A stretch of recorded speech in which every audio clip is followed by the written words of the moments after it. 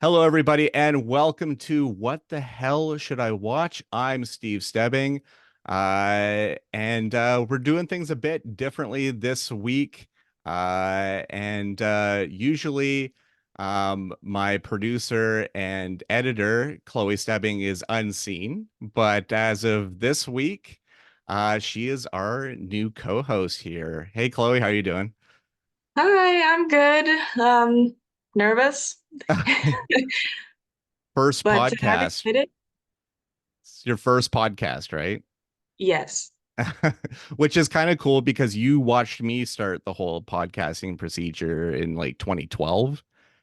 So, Yeah, and I was briefly on a podcast talking about The Sims. I don't know if it got aired or not because I kept moving around too much, but but we're gonna try it out now. We're gonna try doing the two-person pod of what the hell should I watch, which is gonna be a lot of fun because now rather than responding like afterwards and editing everything, you're gonna be responding to me in real time as well as yeah. editing as well. So you get like the double shot this Yeah. time. But I teased last week that I'd be talking about Madam Web this week. I don't know if you've seen any of the reaction over the weekend to Madam Web and some of the TikToks that have been going on. I have. I've seen Moist Critical respond to it, and a couple other people, I think, but it's not looking good. It's not looking like a great time. No, and I mean, when the initial trailer came out for it, I knew that we're in some sort of a downward spiral because honestly, to me, it looked like it was put together by AI. Like it was just really Other people were weird. saying that too.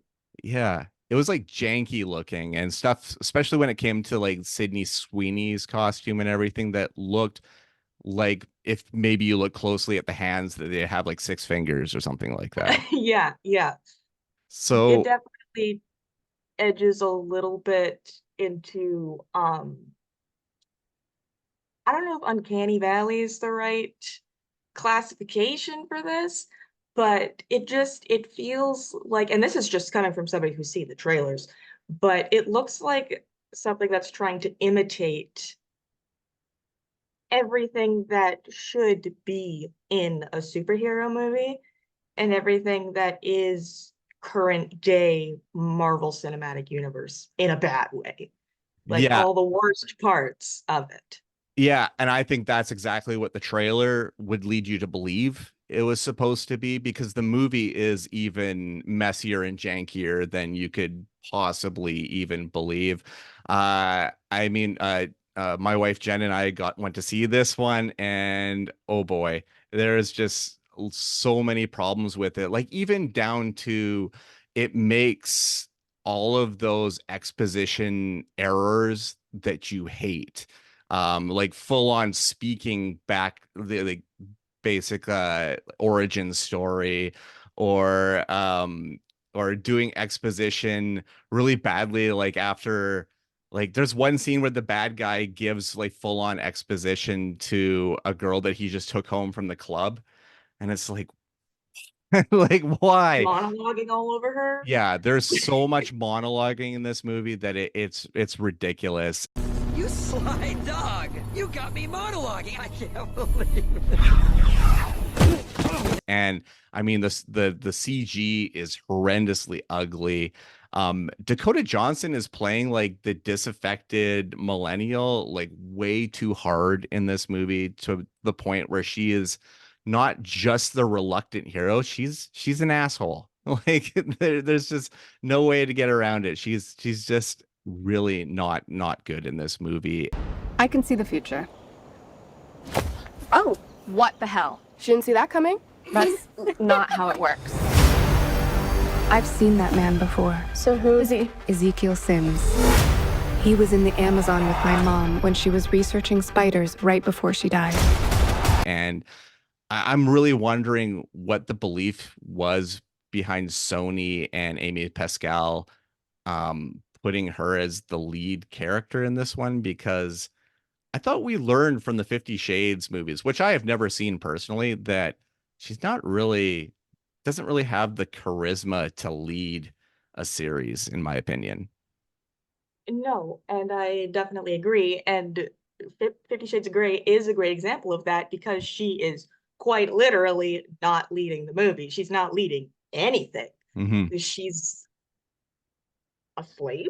Like that's her character in that. So it's weird to see her go from like, oh, she's mousy and she gets hit in a sex dungeon to oh, she's Lady Spider-Man now. Yeah. Like that's a weird jump. And it's not a jump that I think a lot of people, including myself, can tolerate No. because it's just so out of left field. Like it's like this is not what we've seen at all. And typically it's really great when actors can jump out of, I guess, a type of like typecasting, right? Mm-hmm. That's every actor's worst fear. I don't know, just to go from that to an icon is odd. Yeah. And all of this stuff is part of that Spider-Man adjacent Marvel Cinematic Universe from Sony, which includes the Venom movies, which I'm okay with, but they're I bad. love the Venom movies. They're objectively bad, not great movies, though, right? Oh, I know, but they They're are fun. fun. They're fun. And then Morbius. Morbius is the other one that's in this Marvel adjacent stuff. The only reason to watch that movie is Matt Smith. He is clearly having a lot of fun in that movie, but it's just not good stuff. And it's crazy that Sony would release a movie that, I mean, if you screen this movie, you'd know it's not good. But it's crazy that they would release this when Warner Brothers has been making these decisions to shelve Batgirl. They're not going to release that Batgirl movie they made. They're also shelving this Looney Tunes versus Acme movie with John Cena and a bunch of people in it. They're shelving this movie. So if Warner Brothers making these movies for tax break reasons, and Sony was just like, we have a big horrendous CG piece of crap that has zero charisma whatsoever, has zero depth to it, and we're just going to throw it into theaters in February. I don't understand the motivations in either studios. Like I feel like they're both so massively out of touch now. Yeah. Yeah, I can definitely agree. Like, and I found that that's the case with a lot of the like classic big production companies like Goldwyn Mayer, for example. Mm-hmm. Universal's been pumping out some garbage. Mm-hmm. Like production company means basically nothing anymore. No. And I also find the same thing with ratings. Ratings don't mean anything anymore either. Mm-hmm. 2023, there was just like weird marketing decisions, weird ways to get box office, weird way to astroturf the box office, like we saw with Sound of Freedom. Like there's just so many weird marketing things now, and it's just it's interesting to see where the studio decides to put in the money in, where they decide not to put the money. And at the end of it, I'm going to say they shouldn't have put money into Madam Web because it feels like it was something that was doomed from the get-go. So do not see Madam Web. I hate crapping on movies. I really do. I like to be objective about it, but yikes. And next up this week is a film called The Land of Bad. This is a drone warfare action film with it's got Russell Crowe in it. Liam Hemsworth gets to do his own type of extraction thing, kind of like Chris Hemsworth did with those two films. Milo Ventimiglia is in this one, and Ricky Whittle, who was in The 100 and American Gods, I think was the other series he was in. But this is like an action basically an action thriller from William Eubank, who did that Kristen Stewart underwater thriller, underwater. It was called, Okay. which is a decent film. I think that's the best thing he's done so far. Because Land of Bad, it's an entertaining film, but it's nothing that's like must see. Like basically, Liam Hemsworth is a tech marine that is him and a squad led by Milo Ventimiglia are deployed in the Philippines, and they get caught behind enemy lines. The only one that can help them is a drone pilot, which is Russell Crowe's character, who is in like Las Vegas or whatever. There's a Air Force base to lead that. So I mean, and it feels like Russell Crowe's in his own movie entirely. There's like some really weird scenes. Like his wife's pregnant and but you never see her and he's talking to her on the phone every now and then. And he's like in his own separate movie. And like this is 2024 Russell Crowe. Like he's such a far cry from the Gladiator Russell Crowe. Tell me your name. My name is Maximus Decimus Meridius. Commander of the armies of the North. Loyal servant to the true Emperor, Marcus Aurelius. Father to a murdered son. Husband to a murdered wife. And I will have my vengeance. In this life or the next. He's not the world's sexiest man anymore. Like he is big fat Australian Russell Crowe now. So he's like, Yeah. He's not that dude anymore. And it's it kind of makes me laugh. I call it his post 2010 2015 career. I call it his after Unhinged. Yeah. Did you see Unhinged? I saw it in theaters. Oh shit, that would have been fun in theaters. Yeah, I was excited. I enjoyed it just because I love car crashes. I love explosions. I love action. Like, if it's cool to look at, mm-hmm. I'm gonna look at it. Yep. Of course, the movie itself is abysmal. Having a kind of a hard time lately. I'm sorry. Yeah, it's not great. No, like the script, everything is bad, but it's just a fun movie to watch. Mm-hmm. And that's how I feel about a lot of movies. Yeah, and I feel like he doesn't take it seriously. Like he's in this part of his career where he's just not taking anything that seriously, I think. Which I think is actually like beneficial. I feel like once you get to that point in your career where you're just like, yeah, I'll just do whatever. Like that's where you get the unhinged. That's where you get a little more play in your career. That's where you get to do movies like The Nice Guys. I don't know if you saw that one with Ryan Gosling. I'm aware of it, but I haven't seen it. That's like Hallmark movie. Okay. Write that down. Write that down. Because that is such a good movie, and it kind of it's like a great combo of great actors and a great writer because Shane Black wrote and directed that movie. Anyway, digress entirely. Land of Bad. If you're into those military type movies, you'll enjoy it. If you're looking for a John Wick actioner, nah, it's not it. It's not that type of a movie. And maybe some of that military stuff may be a little bit bland, especially if you've seen like the Mark Wahlberg ones like Lone Survivor or like those type of movies are a bit better. But Land of Bad was not bad. Oh, brother, this guy stinks! Let's do a French film here, Chloe. We're gonna do a French film. The last time we did a French film, it was Titane. Oh, do you have some words to say about this near the end? Are we gonna have some words? Words as I have about suitable flesh. Okay. But okay. The end of this episode will be your rebuttals. We'll get some rebuttals in there. So this French film is The Taste of Things. It was originally called The Pot au Feu, which actually I like better as a title. I just hate it when North America has to come in and make things accessible. Yeah. Like, I don't know. I think this title works better. But basically, and I'll read this off so I can get the synopsis right, because I feel like I'm not nailing synopsises very good on this show. So I should do a little bit better. So this is the story of Eugenie and Dodine, two longtime lovers and renowned chefs, but the definition of their relationship is yet to be determined over the course of the relationship. Is she his wife or is she his cook? Because a renowned cook, he refuses to cook around the house, so she does the cooking. So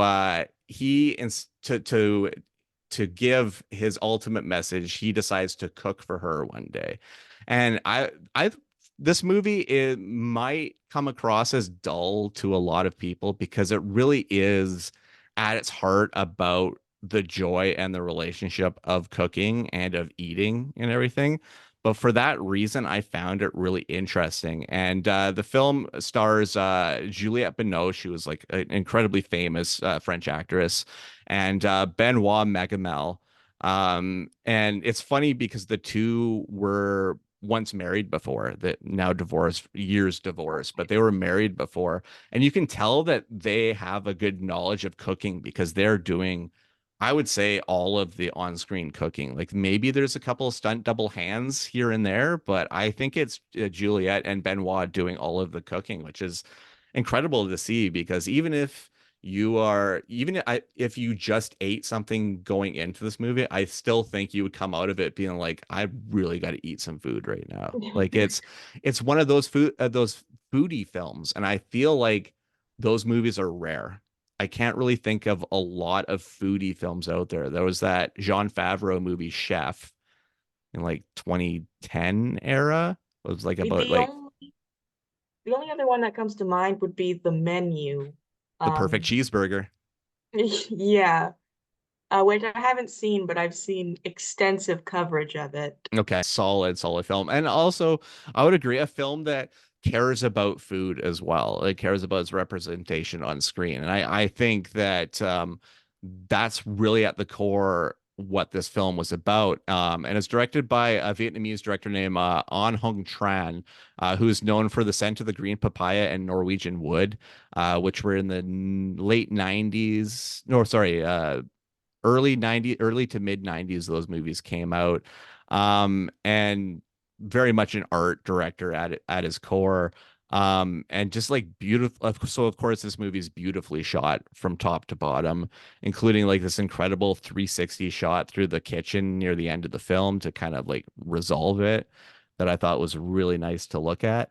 Again, at its core, a foodie film and also an art film. So, I mean, you're going to know what you get into with this film.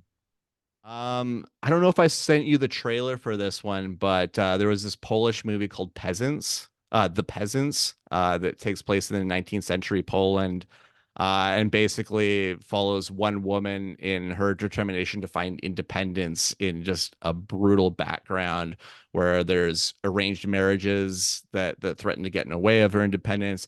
The town gossip that either calls her a demon, a slut, or a home wrecker, and all of this stuff. But it was all shot digitally, but then they painted over top of the film. It took it took 80,000 paintings, individual paintings, to make up this almost 2-hour film. And that used 1,350 liters or 300 gallons of paint to do this film, which is, I mean, it's incredible to look at. I think without this animation style on top of it, some of the story would have been a little dull, or maybe would have blended into the background of other films like this, because some of these stories, as important as they are a little bit a dime a dozen. Like we see a lot of these type of stories. But for it to be done in this way, it pops off the screen, so you're automatically interested in seeing it. Right. And so a gimmick really kind of sells this film. Yeah, I was gonna say it's being brought up by a gimmick. Yeah, Yeah. exactly. And I've seen this before because there was a few years ago that they did a Vincent van Gogh film called Loving Vincent, where they did the paint style was that Van Gogh paint style. And that was really interesting as well. And knowing that subject matter a little bit more, I would probably lean towards that one being the better film. But this actress that they got to play this lead role of Yagna, her name is, I'm gonna butcher this name because it's a Polish name, Kamila Urzadowska. They cast this woman from 600 candidates to play this role, and I mean, it's brutal. Like the abuse that they put this woman through, and for this to be this actress's first major performance, like hopefully that, Polish film puts her in a lot more stuff, because she honestly deserves it.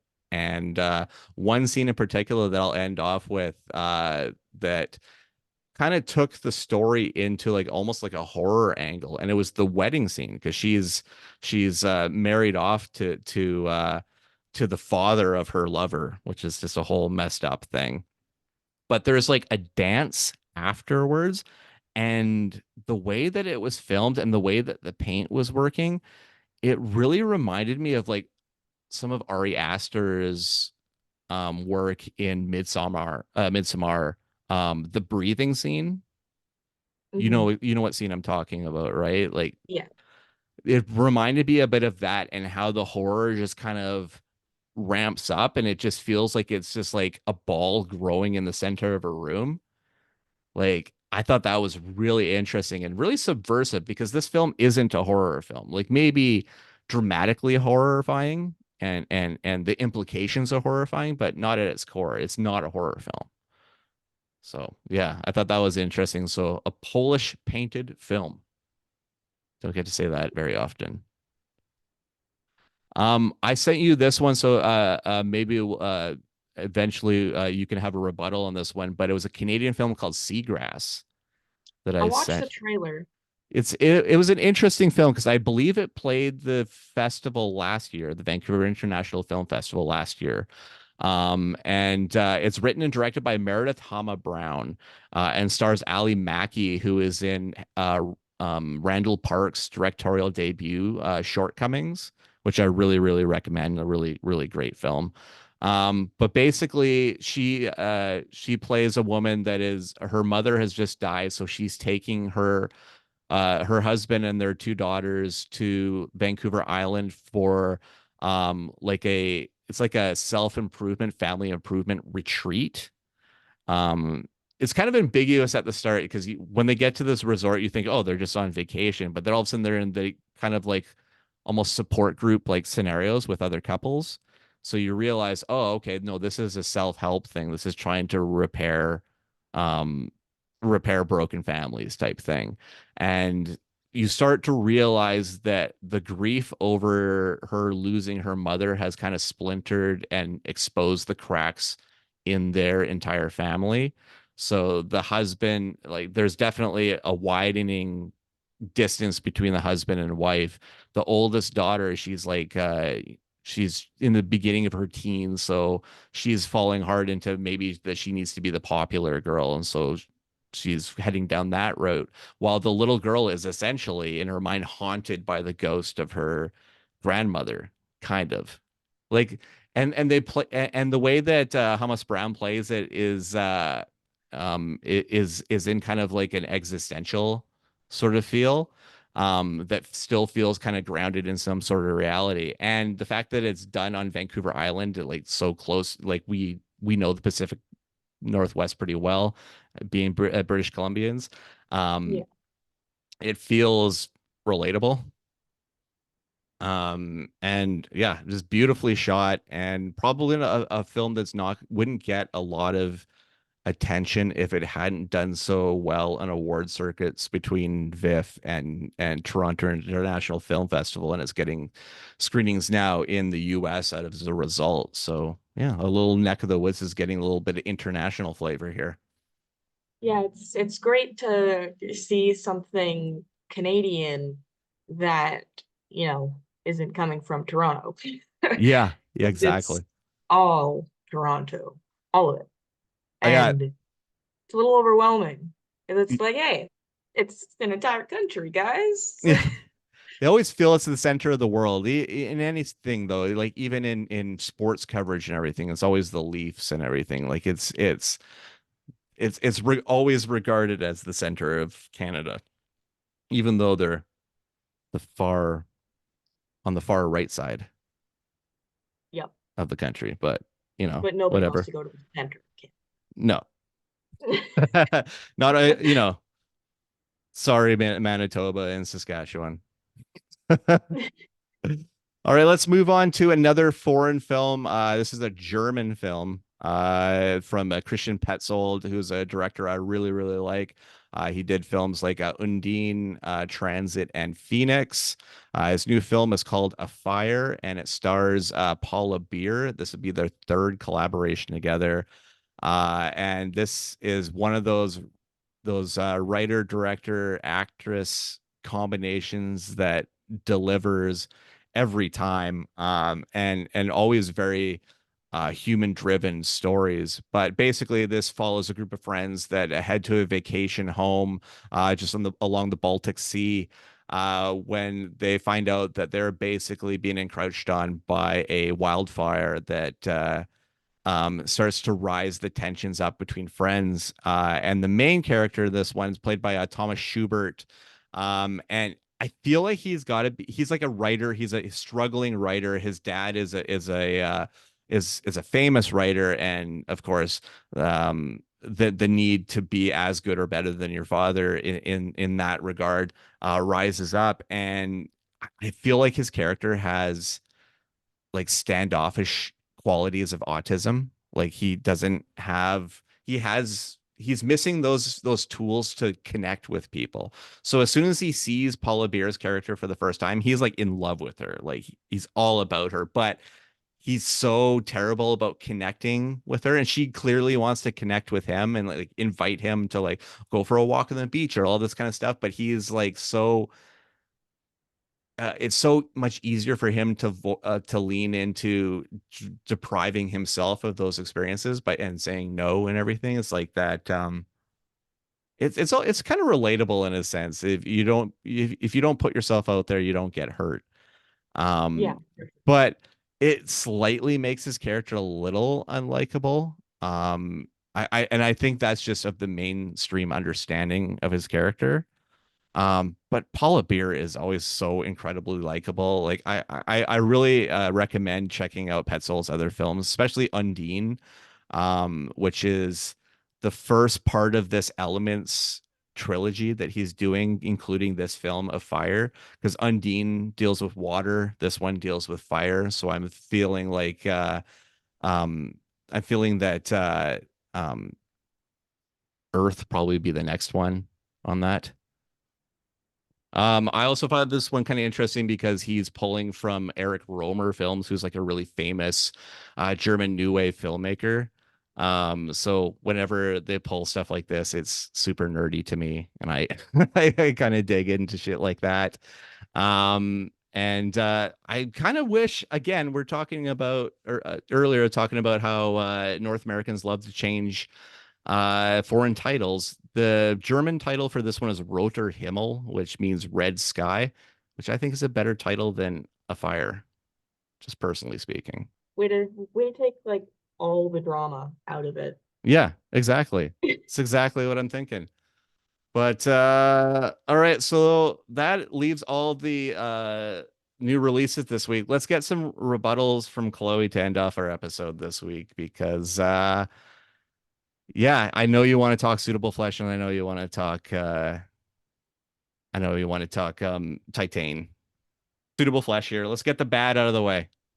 All right. I thought Heather Graham's performance was not very good. I don't know, like maybe I was just so aware that it was Heather Graham that I just couldn't like submerge myself in it. But I just feel like she wasn't at the top of her game for this. Mhm. It looked like she had fun. Like that's like I'm like I do like her in it. I just wasn't convinced by her acting. Mhm. I can't remember his name, but the actor who plays Asa Waite, I think it's Waite. Right? Yeah. I thought he was pretty good. I can't recall seeing him in other things. I feel like I've seen his face before, Mhm. but I can't recall what else he's been in. But yeah, I really enjoyed his performance. Especially like when he's possessed by the spirit or demon or whatever the hell. Yeah. yeah, I just thought that it was like super cool, and he gave like the performance that he gave for that character was cringy in all the best ways. Because it's like it's a cartoonish evil demon, Yeah. and he's like just playing it up as much as he can. And Heather also does that really well. Hmm. And Barbara I Crampton does towards the end of the film Yeah, as well. Barbara was like She's really good. always incredible though. Like she's like horror royalty. Judah Lewis is the actor that plays Asa White, Right. and Yes. the Babysitter movies, Oh Babysitter yeah, and and Babysitter Killer Queen. I corrected you in editing because you couldn't remember his name either. He's just, I'm sorry, he's forgettable. He's good when you see him, but you're not gonna remember who he is. That's fair. That's fair. Nice. And Titan. You have some feedback on Titan, Titan. Titan was a roller coaster. Mm-hmm. Um, That's a movie. Like that's a yeah, movie. I had to look up multiple synopsises because I was like, what the hell did I just watch? What did I just witness? Yeah. And even reading like 4 different synopsises didn't give me the clearest of pictures. Again, it's a fun movie, but there were a few times where I was like, I don't understand. Mm-hmm. That's fair. That's fair. I could totally get behind that. Well, everybody, this is an abbreviated episode as we're kind of working out the bugs and everything when it comes to doing a 2-person video podcast. So it is a little shorter this week, and I will be adding a lot more of what I was going to talk about this week to next week's. I will be kicking off next week's with Lisa Frankenstein is my big movie, directed by Zelda Williams, Robin Williams' daughter, written by Diablo Cody. So Jennifer's Body, it's Diablo Cody, starring Catherine Newton from Freaky, Spontaneous, I don't know how many other great horror adjacent stuff has she done. Cole Sprouse is in this one, so I'm looking forward to checking this one out. Don't look at it at Rotten Tomatoes; it's not doing too well there. But I'm looking forward to that one. You can find me on Twitter, Instagram, Letterboxd, Threads at The Stevel Dead. The website is stevestebbing.ca. Find the YouTube channel, which you're probably already watching right now, Steve Stebbing. Like and subscribe and all of that good stuff. New videos are out Friday at 9 a.m. Chloe, we're gonna have to get you like social medias or like way to contact you. We need to get you a Yeah, Letterboxd, that's for sure. I don't even know what that is. So Exactly. We'll educate you on Letterboxd because it's movie social media. It's killer. I love it. But all right. we'll show you that. But everybody, audience, welcome Chloe to the team. She is now a co-host with her father. It's the father-daughter duo in talking movies. Yeah. Just like it always should be. This was destiny. This was the legacy right here, Chloe. Yeah, for sure. So For sure. Yeah. I think this is something that we've been talking about since 2012. Yeah, something yeah. like that. So it finally happened. 12 years later, here we are. Thank you, Chloe, and we'll talk to you next week, and we'll see you all next week.